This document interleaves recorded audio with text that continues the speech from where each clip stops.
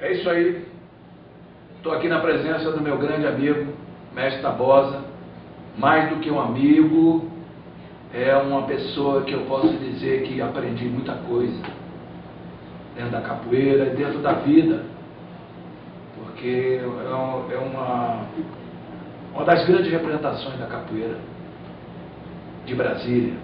E para aqueles que não tiveram a oportunidade de vê-lo jogando, se tiver algum filme, algum vídeo por aí, que com certeza vai existir, vocês vão ter essa alegria que eu compartilhei. E eu costumo até ter uma música que eu fiz, que é: saudade é a palavra que faz eu lembrar de você, jogando comigo nas rodas da UNB. Oi, saudade. Então isso aí faz lembrar muito aqui do meu amigo. É a leveza, né, que eu não possuía.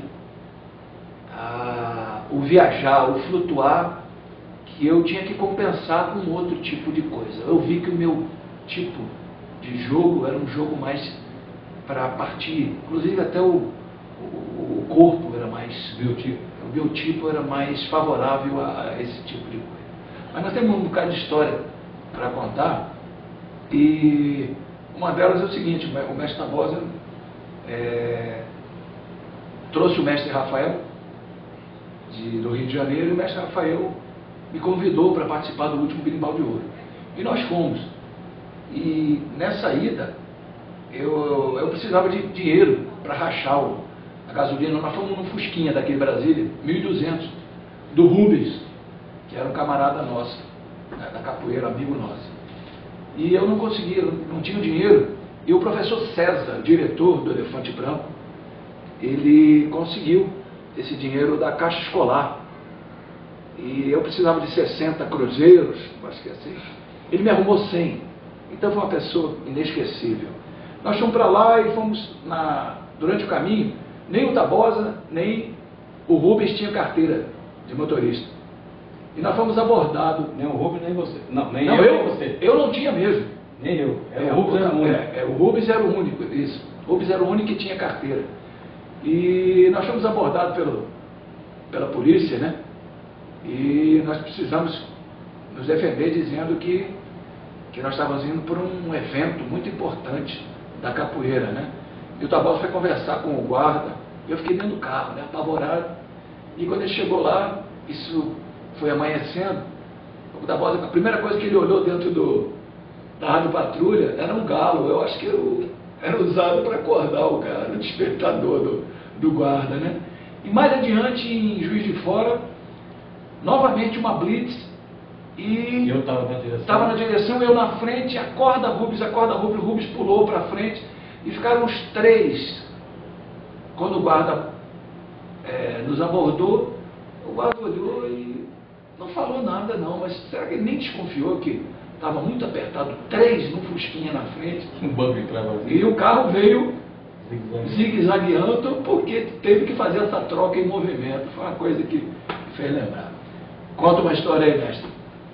O Adilson é o meu camarada da capoeira, e ele fala a meu respeito, mas praticamente nós iniciamos a capoeira juntos aqui em Brasília. A capoeira teve essa qualidade técnica, essa propagação para o resto do Brasil, para ser conhecido em outros lugares também, justamente porque ele tinha um trabalho no Elefante Branco, eu tinha um trabalho já com a academia de capoeira, e nós trocávamos nas rodas essas nossas experiências.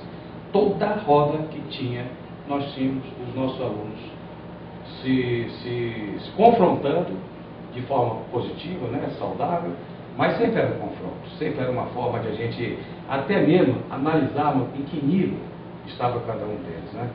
Então várias rodas eram ótimas, tanto lá no Elefante, como lá na UNB, como ele estava citando há pouco, como lá na academia também. E como a academia era um espaço, como eu disse, privativo, então nós tínhamos capacidade de fazer uma roda com todo o seu ritual. Às vezes chegava aquele pessoal de candomblé, com aqueles atabaques que eu cobria até o berimbau, mas ficava uma energia no ar danada, né? E isso fazia com que a gente evoluísse junto à capoeira de Brasília e nós mesmos, tanto na nossa maneira de ser um para com o outro. Eu acho que a capoeira de Brasília se deve principalmente à formação de modéstia à parte do Nordeste. Modéstia à parte do Nordeste. Exatamente. Eu acho que todos, de uma forma direta ou indireta, originaram-se do nosso trabalho. Isso não adianta, que não tem por onde. Então, eu tenho orgulho, é o que muitos negam. Tem capoeiristas que foram alunos de meus alunos. Tem capoeiristas que foram alunos do mestre Tabosa e negam, e dizendo que foram autodidatas. Né? Eu tive a minha formação autodidata. Eu comecei a fazer movimentos antes de ter contato com o mestre de capoeira. Então eu tinha uma capoeira primitiva, uma coisa ainda em formação. Mas eu precisei ter contato com ele, que teve contato com o mestre Arraia, já teve uma formação mais escolarizada. Mas por sorte, né? Porque naquela época era muito difícil a gente ter acesso à capoeira. Isso. E mais em Brasília, que era o início de Brasília, né? E o centro, o celeiro da capoeira estava mais no Rio de Janeiro e em Salvador. Isso. Então teríamos que viajar para lá. Aliás, nós só fomos descobrir que a senzala, quando ela iniciou, nós iniciamos conhecendo o início da senzala. Exatamente. Todos eles. O próprio, quando o Camisa Roxa esteve aqui, que a gente já estava formado, já com o nosso grupo, nossa maneira de trabalhar, ele trouxe aquele grupo Vem Camará. Eu participei com ele aqui, depois em Belo Horizonte, ele quis me levar para a Alemanha, e digo, não, aí já não dá mais para ir para a Alemanha, porque aí eu vou ter que abrir mão de toda essa vivência de Brasília, aquilo também na minha base, a minha formação também a nível de escolaridade, estava fazendo direito, então tudo isso não ia ser direito. Então, eu não segui para a Alemanha. Não sei se eu me arrependo, mas de qualquer maneira, foi isso que fez com que a história de Brasília também se perpetuasse com o nosso trabalho aqui. Eu me lembro quando você levou ele lá no UNB, e era assim uma sala que uma das paredes era parece toda de vidro. Lembra? Tinha uma parede toda de vidro. E nessa parede, inclusive, um aluno meu, numa das tuas rodas lá, ele quis se aloprar comigo, né, como se diz. E ele quis aparecer. Se não me engano, o Cláudio tinha aparecido aqui. O Cláudio Danadinho estava nessa roda e ele quis aparecer e eu dei uma benção. Mas eu segurei um pouco, porque a intenção era jogar através do vidro. E esse rapaz depois começou a ter problemas de cabeça. E o mesmo que quando eu estive em Goiânia, o mestre Bimba perguntou, ele passou por lá e perguntou, cadê aquele rapaz, que aluno? Quer dizer, ele já chegou lá e fez um auê lá na roda lá com o mestre Bimba, né? Cadê aquele rapaz que é aluno daquele rapaz que dá aula lá no colégio Urso Branco? Pô, Urso Branco não, era Elefante Branco. Aí isso ficou muito engraçado e marcado na minha cabeça em relação a esse fato. Então, nesse mesmo lugar, o Camisa Roxa esteve lá, o Camisa, o antigo, né? Mais velho. E eu tive a oportunidade de jogar com ele. E a história que você me trouxe foi que ele chegou na senzala e jogou com todo mundo e bloqueou todo mundo, travou todo mundo, um jogo técnico, né? Menos o gato. O gato, esse não, o gato que é engenheiro, que tem um trabalho também lá na Inglaterra, né? Que a turma falava, esse é o orgulho da senzala, é o bamba da senzala. Então o gato grandão, míope só, né? Eu soube na história lá que o Cláudio foi fazer graça, chegou lá no Cosme Velho. Acho que fui eu. Eu cheguei de férias e me escondi para... Foi você? Foi. E eu não, tô dando assustar ele. Ele não enxergava. Porque eu sabia que ele não enxergava direito. Então atrás da porta. Eu dei um martelo, quando ele entrou na sala, eu levei um outro. O bicho ignorante. Aí eu disse, Pô, mas tu não enxerga. Tô de lente.